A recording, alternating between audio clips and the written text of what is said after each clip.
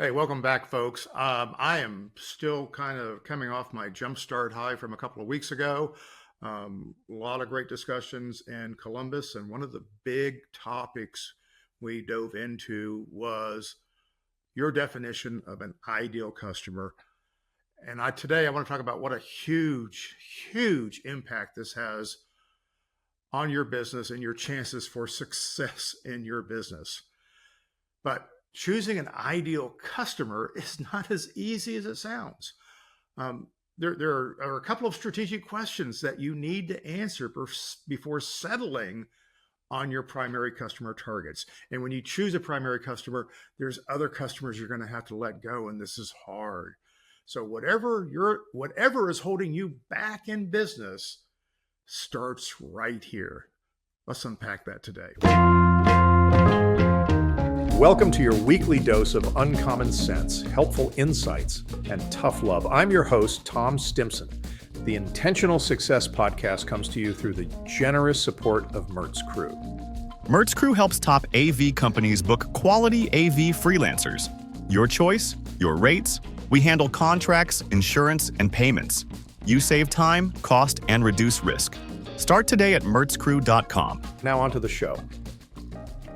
So today's discussion is about ideal customers, and I'm going to tie this into strategy because if it's not strategic, your ideal customer probably isn't ideal. When it comes to defining something as important as an ideal customer, you're first going to have to accept your business model for what it is. Now, yes, you can change a business model. Been there, done that, seen it happen. It is possible, but you're there for a reason. You've chosen this business model for a reason, and it is easier and probably preferable for most of you to apply your business model to the ideal customer rather than choosing an ideal customer and completely retooling your business. But both options are open. Having said that, there are two big strategic questions I want to talk about in today's podcast. Question number one is, are you trying to optimize your revenue, or are you trying to optimize your resources? And those are two different questions. And if you're trying to optimize revenue and resources, that tells us who our ideal customer is. If we're trying to optimize our resources, that tells us who our customer is. If we're trying to optimize revenue, that tells us who our customer is. Okay. So these are very important questions. Revenue optimization is the strategy of building client or customer relationship, or by building client relationships instead of customer relationships. Revenue optimization is about client relationships. So a client is someone who comes to you for all of their needs within your sphere of influence. Customers come to you for one need. Okay. Client-based relationships start much earlier in the value chain, project development, and all of these things that it takes to put shows on. Customer relationships fall to the end of the supply chain. Neither is right or wrong. These are choices that you get to make. Are you a vendor, which is awesome, very profitable business, or are you a solution, which is also awesome, could be a very profitable business? Can you be both? Sometimes you can, but you're going to be running two business models under one umbrella. So you can be anything you want. You can want to be anything, but what's going to constrain you most often is your resource model. So let's take a look at this first. Optimizing resources is about finding buyers that your set of inventory, your expertise, your personnel are well suited to serve. Those buyers have projects or needs that are generally transactional that fit what you do. They are buying what you are selling. Okay? Very, very simple model. So before we can identify the ideal customer for that, we need to understand what our ideal revenue looks like. Make sense? In balance models, the goal is always going to be to turn business down. So I'm going to say that if you're not turning business down, there's something wrong with not only your business model, but your ability to sell. Your goal is to turn business down. You need more demand, which means you have to make more difficult choices about what work and which customers or clients you choose to take on. Suppliers that are at capacity, and they're generally, let me rephrase that. Suppliers that are capacity and resource focused are not a good fit for clients, but they are great for customers on a project by project basis. Because by the time a customer has come to you, their needs are generally well defined enough to fit into what you do. Clients, on the other hand, come to you for everything. Okay? It's your job to rise to their demand and meet their needs. Okay? Now, suppliers that are client focused can't turn away work from ideal customers. Therefore, their superpower is always going to be outsourcing and cost leverage. They have to sell beyond their perception of capacity. And honestly, client-based companies don't really have a capacity problem. Okay? They shouldn't. Okay? They can always outsource more capacity. So internal resources in a client-focused business are either highly profitable cost management tool. In other words, if you own inventory and you have direct workers on your team, it's because there's some great cost savings involved in that. Okay. Sometimes our internal resources are a strategic selling tool. So if we have tactical resources, it helps us sell. Okay. We don't have these internal resources to make jobs look more profitable. We have internal resources to make the business more profitable or make it more valuable to our customers. And there's a huge difference in those two approaches. So if a client's buying power is what you seek, in other words, you know they're spending a lot of money in the space that you serve, then you can dramatically reduce your execution overhead and rely heavily on outsourcing because the value you're creating comes before the execution. Okay? Your job is to get the show done, not to do the show. So your teams are experts at getting things done rather than doing it themselves.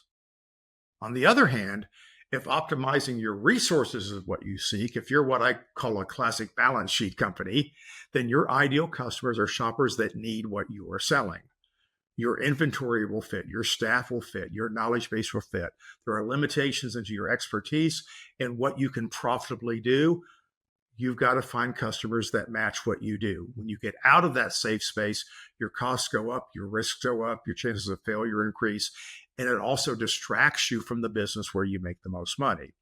Now, in either model, the goal is to turn away work, which means that you need to have good marketing and business development and selling systems, because that's important in every business. But if you're not turning down work, you're not being selective enough, right? You need more demand so you can turn down better opportunities. So if the thought of turning down revenue makes you queasy, then your balance and scalability are probably compromised. Your business model is not balanced. Your business is not scalable. You are becoming revenue dependent, and that keeps us from making good strategic choices. So addiction to revenue is the first sign your business model doesn't match your target customer. And if your target customer is anybody who's buying right now, that's only going to make the problem worse because you're putting a Band-Aid on it with revenue. You aren't solving your fundamental problem, which is your overhead's too high. But that's another podcast. The main question today, is your ideal revenue what the client will spend or what the customer will spend their money on? A client has money they will spend, and I can take that money and I can help them spend it extremely well. A customer wants to spend their money on the things that you have that you can deliver cost effectively.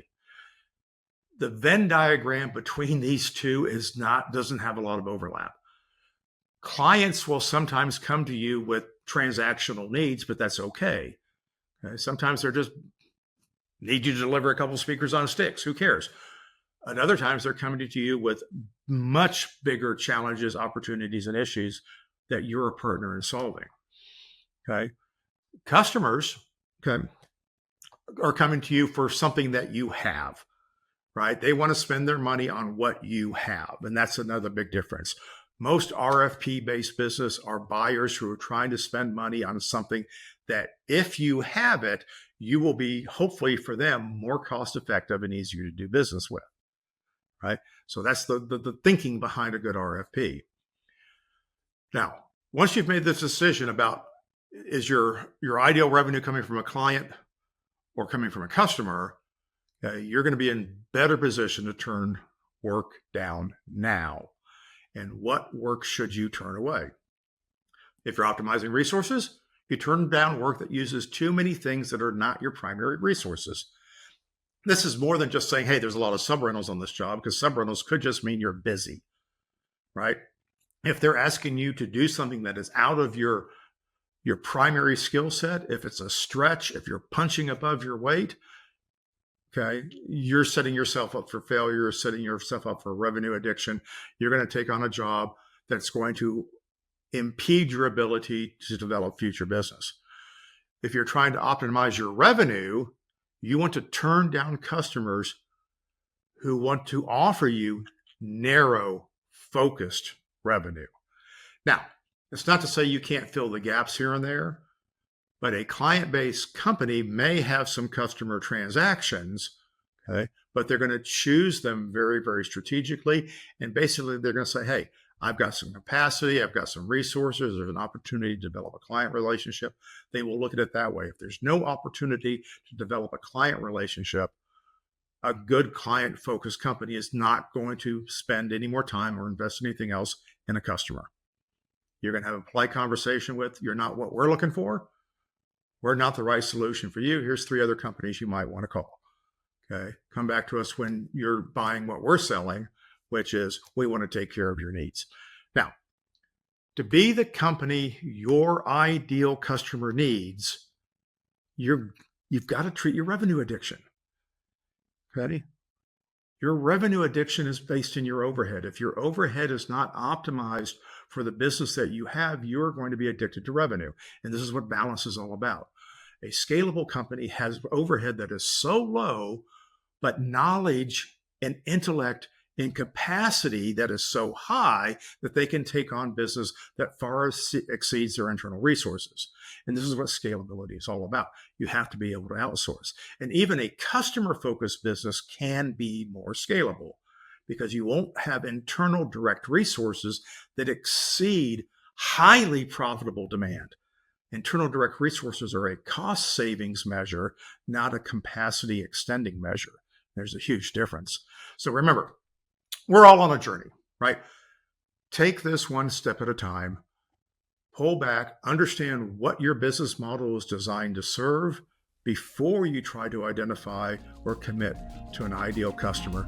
It will dramatically increase your chances for success. All right, thanks for listening.